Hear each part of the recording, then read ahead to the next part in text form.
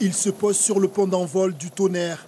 Les hélicoptères de l'armée de terre embarquent sur ce bâtiment de projection et de commandement.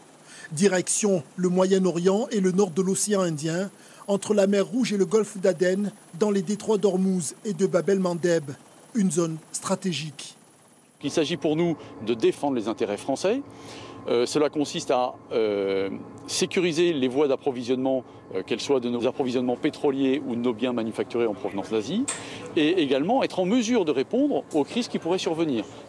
Pour faire face à d'éventuelles attaques de pirates, les troupes s'entraînent une dernière fois.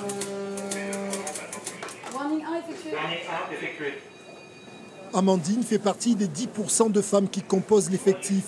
De retour d'une opération humanitaire aux Antilles, elle repart en mer pour 3 mois et demi, sans la moindre appréhension.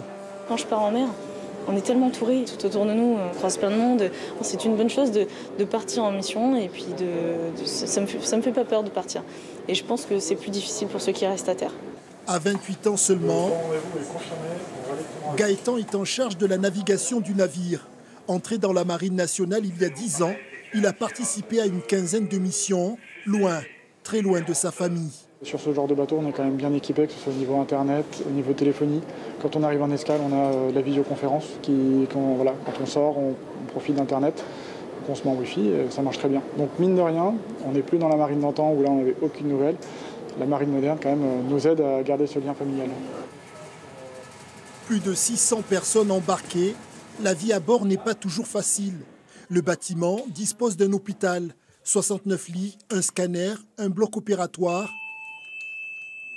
Mais ici, on ne soigne pas que les blessures physiques. On va être un peu leurs confidents. Ils vont pouvoir ici venir parler de leurs problèmes qu'ils rencontrent dans leur vie de tous les jours et dans leur vie familiale. Parce que ce n'est pas toujours évident de gérer l'éloignement et les problèmes de la maison à distance. Donc on aura un petit peu ce rôle aussi d'écoute et d'aide dans ce domaine-là. En mission, le moral est mis à rude épreuve. Alors pour ne pas craquer, certains semblent avoir trouvé la bonne formule. Dans un bateau, on est vachement confiné, c'est pas comme si c'était une prison. Mais on reste au milieu de l'océan, on est vraiment que entre nous, entre mecs, entre collègues. Donc résultat, il faut pouvoir se défouler, puis c'est par les séances de sport qu'on arrive à se défouler, c'est ça exactement. Fin de journée, les espaces de vie commune sont pris d'assaut, comme cette boutique. Il y a des lunettes de soleil aussi. Un moment privilégié pour échanger, rire, décompresser. On aura jusqu'à la fin. Ça. Dans les coursives, les militaires marchent à plusieurs, ils se croisent, certains cherchent encore leurs repères. Vous continuez là au fond, sur la gauche. Loin de cette agitation, 4 étages plus haut, sur la passerelle de navigation, nous retrouvons Gaëtan.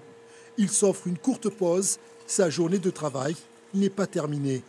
Pour moi, ce soir, ce sera terminé vers 21h30, je pense. Le temps après d'aller me reposer, de doucher et de dormir.